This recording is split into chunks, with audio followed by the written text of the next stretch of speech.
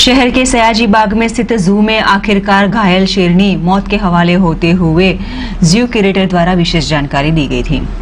वडोदरा शहर के सयाजी बाग में स्थित जू में पिछले कई दिनों से एक शेरनी घायल अवस्था में थी, जहां कमाटी बाग में आए हुए प्राणी संग्रहालय में एक शेरनी के दाढ़ी के नीचे के हिस्से में गलती से कुछ लग जाने के कारण वो लगातार पिछले कई दिनों से बीमार अवस्था में थी।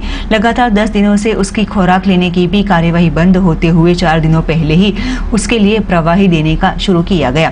तबीयत में कोई भी सुधार नहीं आने के साथ प्राणी संग्रहालय के सत्ताधीशों की चिंताएं बढ़ी थी। ऐसे में गेल नामक शेरनी फिलहाल महीने में ही उसे दाढ़ी के हिस्से घायल होने के साथ पिंजरे में ही लकड़े का उसके लिए विशेष साधन बनाया गया था। उसके आसपास शेरनी को खेल कूदने के लिए काफी अच्छी खेलकूद के लिए व्यवस्था भी बनाई गई थी। दौरान लकड़े का कुछ हिस्सा दाढ़ी के नीचे लग जाने के कारण वे लंबे वक्त से घायल अवस्था में होने के बाद उसे खून निकलने के बाद और भी नाखून के कारण घायल होने के साथ उसे इन्फेक्शन हुआ था।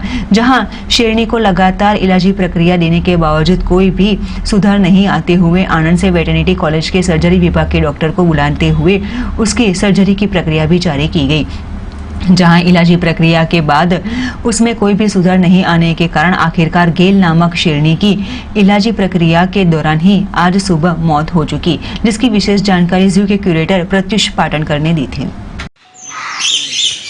नमस्कार, बहुत दुख साथे मने जणावવાનું તમામને કે સયાજીબાગ ઝૂ ખાતે જે આપણી સિંહણ હતી, અમારે એક પરિવારનું સદસ્ય એનું આજે વહેલી સવારે મૃત્યુ થયેલ છે। ઘણી લાંબી અને સઘન સારવાર ચાલી હતી એની, અને સુધારાના લક્ષણો બી જણાવી આવી રહ્યા હતા। તેમ છતાં આજે વહેલી સવારે એનું દુઃખદ અવસાન થયેલ છે। હવે સિંહ જે શેડ્યુલ 1નું જાનવર હોય, વન્યજીવન અધિનિયમ હેઠળ એની તમામ જે કાર્યવાહી છે એ નિયમ મુજબ કરવામાં આવશે, જેમાં સૌપ્રથમ તેનું પોસ્ટમોર્ટમ કરવામાં આવશે। પોસ્ટમોર્ટમનો તમામ રિપોર્ટ અને એનું કમ્પ્લીટ તારણ શું છે પોસ્ટમોર્ટમ દરમિયાન જોવામાં આવશે। ત્યારબાદ તેના જે વિસરા કહેવાય એને ઓર્ગન્સ ટિશ્યુઝ જે છે એક્ઝામિનેશન માટે આગળ મોકલવામાં આવશે લેબોરેટરીમાં, અને એ એક્ઝામિનેશન રિપોર્ટ્સ પરથી અને એનું પંચનામું આખું તૈયાર થશે, અને ત્યારબાદ એનું જે વિધિવત જે એનું અંતિમ ક્રિયા છે જે શેડ્યુલ 1 અને 2ના પ્રાણીઓમાં આ પ્રાણીઓને જે છે એ સળગાવવામાં આવે છે, આપણે એને દટાવતા નથી, તે સંપૂર્ણ પ્રોસિજર પૂર્ણ કરવામાં આવશે। એને આ સિંહણને જે છે એ દાઢીના ભાગમાં ડાબી બાજુ એને એક નાની ઈજા થઈ હતી। લગભગ મોટાભાગે ઈજા કોઈ લાકડું કે વાંસ કે એવું કંઈક વાગી જવાથી થઈ હતી, ને એને ખંજવાળીને એનું પોતાના નખથી એ ઈજા થોડીક ગંભીર થઈ હતી। શરૂઆતના દિવસોમાં એની બરાબર દિવાળીના સમયમાં જ તહેવારમાં જ આ ઈજા જે ધ્યાન પર આવી, ત્યારબાદ એની 3 દિવસ ડ્રેસિંગ કરવામાં આવ્યું, અને ડ્રેસિંગ સાથોસાથ એને જે ભાઈ ઇન્જેક્ટેબલ મેડિસિન્સ હતા એ ચાલુ હતા।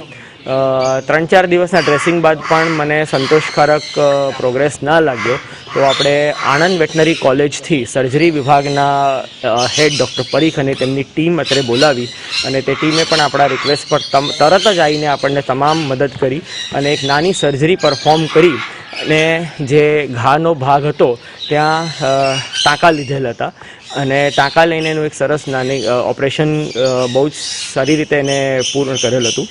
આજરોજ જોતાં એના ઘાવમાં પણ ઘણો સારો સુધારો આવી ગયેલો હતો, અને ઘાવ એકદમ રૂજ થવાના એના પર હતો। અમને પ્રાથમિક તારણ એવું લાગી રહ્યું છે કે કદાચ જે છે જાનવરના કિડનીઝ ફંક્શન કરતાં થોડાક એ તકલીફ થઈ હોય એવું લાગે છે, અને કિડની માલ ફંક્શનિંગ કે ફેલિયરના કારણે મોત નીપજ્યું એવું જણાઈ આવે છે।